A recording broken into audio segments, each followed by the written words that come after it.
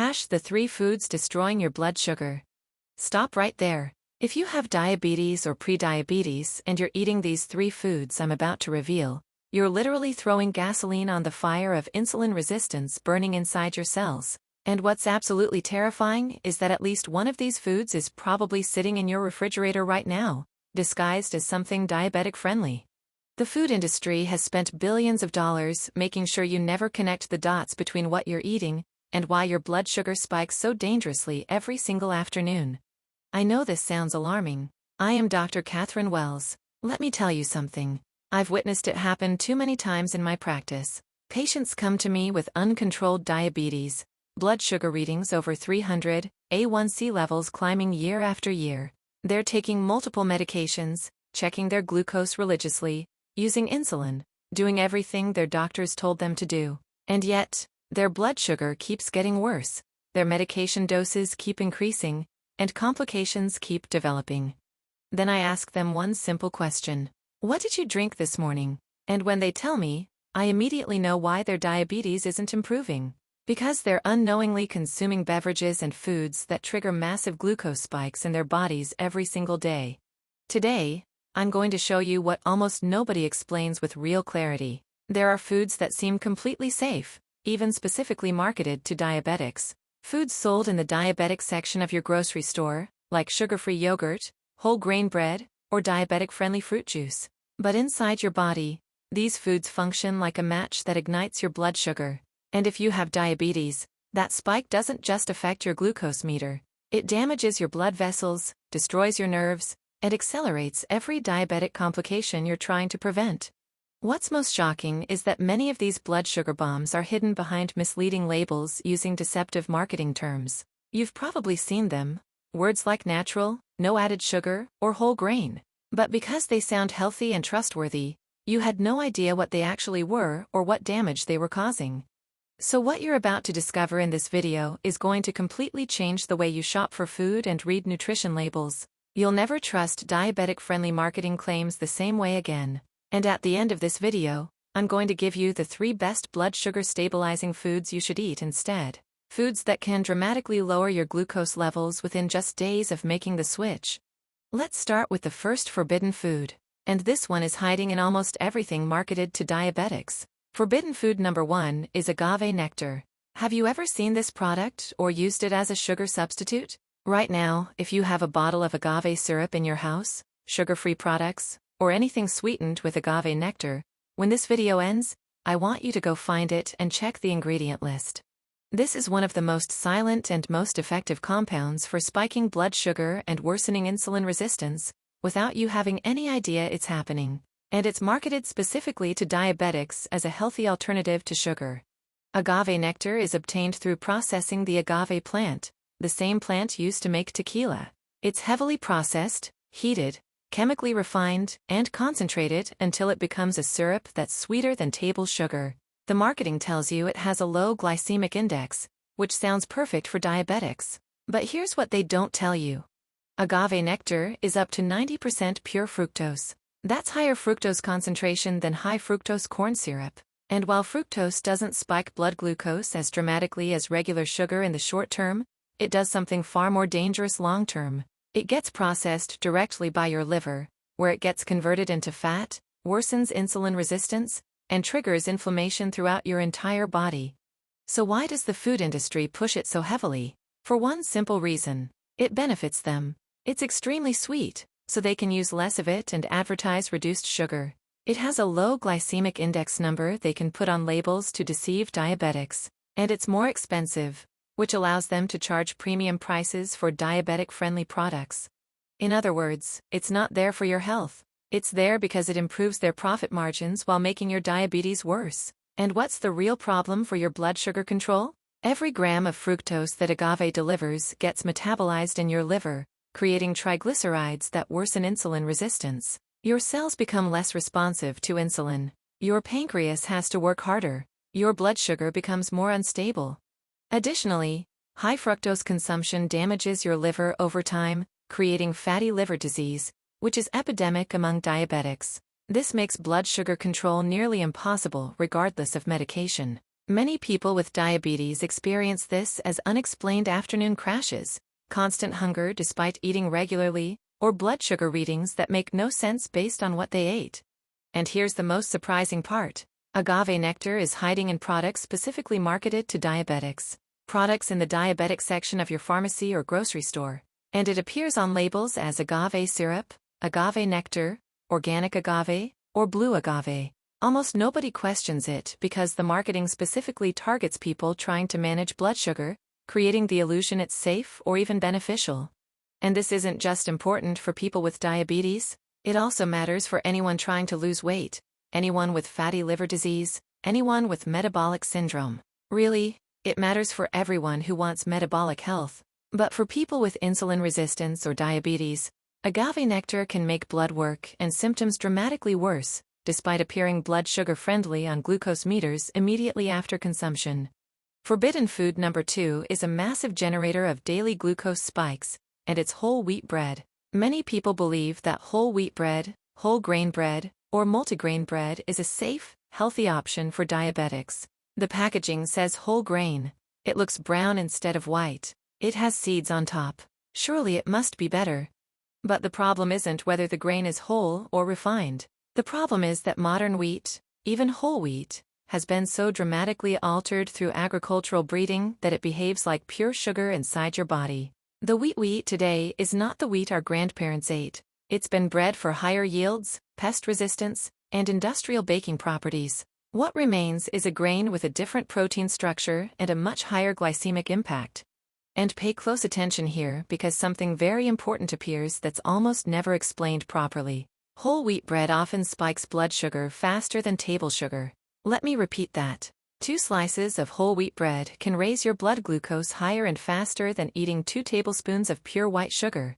Why? Because the starch in wheat, called amylopectin A, is uniquely digestible. Your body breaks it down into glucose almost instantly. The whole grain label means the bran and germ are included, but it doesn't change how rapidly that starch converts to glucose. Additionally, modern wheat contains proteins that trigger inflammation and intestinal permeability, which worsens insulin resistance systemically. As a result, your body experiences massive glucose spikes followed by insulin surges, followed by crashes that make you crave more carbohydrates. It's like 2 hormones fighting for control of your metabolism, but one hormone, insulin, is constantly losing the battle because the glucose keeps flooding in. That imbalance maintained every single day leaves your body trapped in a silent but constant state of metabolic dysfunction. And if you have diabetes, you feel this imbalance directly in your energy levels, your hunger, your weight, and your blood sugar readings. Just like with agave nectar, you experience afternoon fatigue, brain fog, and glucose numbers that seem random and uncontrollable. And as I mentioned earlier, whole wheat products are hidden everywhere. The problem isn't the occasional slice of bread. The problem is that wheat comes in everything marketed as healthy for diabetics. It's in whole grain cereals, whole wheat crackers, multigrain pasta, diabetic-friendly granola bars, and fiber-rich breakfast foods. On the ingredient label, it usually appears as whole wheat flour, whole grain wheat, or enriched wheat flour. It's all essentially the same thing for your blood sugar. When this video ends, you can check if you have any whole grain products at home. And if you detect wheat flour as the first or second ingredient, tell me in the comments below. But here's the good news, because I'm not going to only bring you bad news in this video. Once you start removing wheat-based products from your diet, your blood sugar stabilizes almost immediately. A great way to replace bread is using lettuce wraps, coconut flour alternatives, or almond flour bread. These options don't spike glucose like wheat does. Of course, you can also focus on protein and vegetable-based meals that don't require bread at all. Many people discover they don't actually need bread. They were just eating it out of habit. Remember, if you need something bread-like for sandwiches or toast, the best options are grain-free breads made from almond flour, coconut flour, or seed-based alternatives. There are studies showing that simply removing wheat from the diet reduces fasting blood glucose by an average of 20 to 30 points within 2 weeks. It's incredible how something as simple as eliminating this one inflammatory grain can transform how your blood sugar responds throughout the day. And now we come to something nobody wants to hear, but it explains why so many people with diabetes experience dangerous afternoon glucose spikes without understanding what happened. Forbidden food number 3 is fruit juice, even the 100% pure kind. And I'm not just talking about obvious sugar bombs like orange juice or apple juice. I'm talking about everything fruit juice represents within the universe of liquid sugars marketed as natural and healthy. In countries like the United States, fruit juice is considered a health food. It's in breakfast recommendations, hospital menus, diabetic diet plans, fitness routines, and thousands of nutrition articles. For many people, it's an untouchable morning ritual. But for your blood sugar, it can be a silent tsunami causing destruction you can't see until the damage is done. Let me explain why. When you look at a glass of orange juice on your breakfast table, you're not seeing the real story of that beverage. Before it arrived in your glass, that juice had all of its fiber removed, was concentrated and sometimes heated, had natural sugars concentrated into a small volume, and was stripped of the protective compounds that exist in whole fruit. Then when you drink it, especially on an empty stomach like most people do at breakfast, you're not just getting vitamins. You're flooding your bloodstream with rapidly absorbed fructose and glucose without any fiber to slow absorption. This creates a glucose spike that rivals drinking soda. These rapid spikes aren't just a number on your glucose meter. They're like microscopic earthquakes rattling through your blood vessels, damaging the delicate lining, promoting plaque formation, and dramatically accelerating diabetic complications like neuropathy, retinopathy, and kidney disease. What's most alarming is that countless diabetics drink juice every morning and never make the connection between their breakfast beverage and their mid-morning blood sugar of 250. They check their glucose 2 hours later, see the spike, and think it was stress, their medication timing, or just bad diabetes, but in reality it was their orange juice. And it gets even worse if that juice was combined with cereal, toast, or other high-carbohydrate foods. The glucose spike multiplies exponentially. Your pancreas simply cannot produce enough insulin to handle that carbohydrate tsunami. Your cells become resistant. Your blood sugar stays elevated for hours. And of course, it's not only orange juice. As I mentioned, it's all fruit juices. Apple juice, grape juice, cranberry juice, pomegranate juice, and even fresh squeezed green juices with fruit. If the fruit's fiber has been removed and the liquid has been concentrated, you already know what's happening. It's not a health food anymore. It's a blood sugar bomb in a glass. Now, I've told you the 3 worst foods for your blood sugar. Agave nectar deceiving diabetics with low glycemic marketing, whole wheat bread spiking glucose faster than sugar, and fruit juice flooding your system with liquid carbohydrates. But I'm not going to leave you without solutions. Now I'm going to tell you the 3 best blood sugar stabilizing foods you should eat instead. These are foods that can genuinely lower your glucose levels, sometimes within just days of adding them to your diet. The first food on my list, without any doubt, is cinnamon. Real Ceylon cinnamon, not the cheap cassia variety. Cinnamon acts as a powerful natural insulin sensitizer when you use it every single day, even if it's just small amounts sprinkled on foods or added to beverages.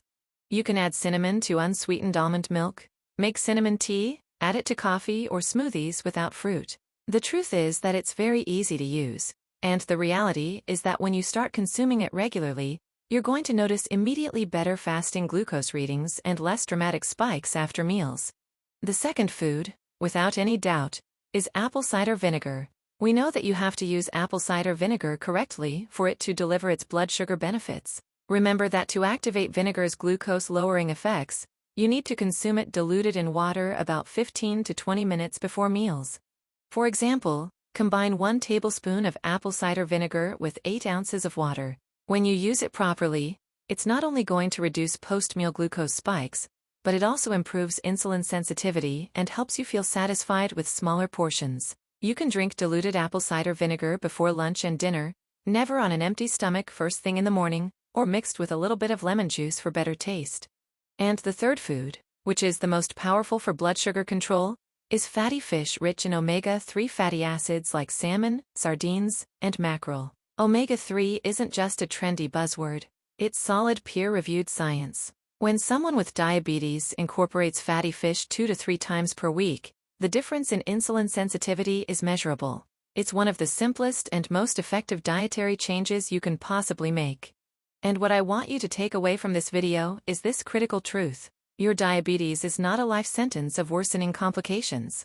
It's simply your body reacting to what you're feeding it. When you give your body foods that stabilize blood sugar, It will respond quickly with better glucose control and reduced medication needs. When you remove the foods that ignite glucose spikes inside your body, your cells will be able to respond to insulin much better. If you'd like, I can create a much more complete video with specific ideas for blood sugar-friendly breakfasts, lunches, and dinners, so you can apply all of this information throughout your day without getting overwhelmed or confused. If you want that video, tell me in the comments below. I know making these changes can feel overwhelming at first. You might be thinking, Dr. Catherine, I drink juice every morning. I eat whole wheat toast. I use agave in my coffee. What am I supposed to eat now? And that's a completely valid concern. But here's what I want you to understand. You don't have to be perfect. You don't have to throw out everything in your kitchen and start from scratch tomorrow. Small changes create big results when it comes to blood sugar.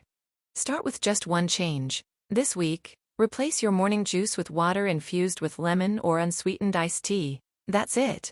One change. Next week, swap your whole wheat toast for eggs with vegetables. The week after that, replace agave with stevia or monk fruit sweetener.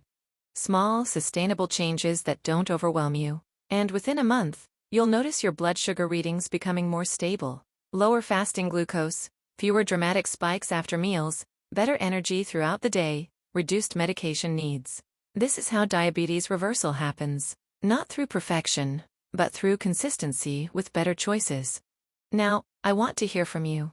Which of these 3 forbidden foods are you currently eating regularly? Be honest. Are you drinking fruit juice? Are you eating whole wheat products? Are you using agave as a sugar substitute? Tell me in the comments. And also tell me which of the 3 blood sugar stabilizing foods you're going to start adding this week. Is it cinnamon, apple cider vinegar, or fatty fish? I read every comment and I want to help you create a personalized plan that works for your specific situation. And here's my challenge to you. For the next 14 days, eliminate just one of these 3 forbidden foods from your diet completely. Choose the one that you consume most often. If you drink juice every morning, stop for 2 weeks and replace it with herbal tea or water. If you eat whole wheat bread daily, switch to lettuce wraps or grain-free alternatives for 2 weeks. If you sweeten everything with agave, replace it with stevia for 2 weeks. Just one change for 14 days. Then come back and tell me what your blood sugar readings look like. I guarantee you'll notice a difference. Your diabetes is not something you just have to accept and manage with increasing medications for the rest of your life. Your blood sugar is controllable, and the most powerful tool you have to control it is sitting on your plate 3 times a day. Food is medicine. Food is also poison. You get to choose which one you're consuming. I'm Dr. Catherine Wells, and I want to see you living freely without fear of complications, enjoying stable energy and health. Start today. Make one small change. Your blood sugar is waiting. Thanks for watching, and I'll see you in the next video where we'll discuss the 5 best supplements for diabetes that actually work, backed by real science.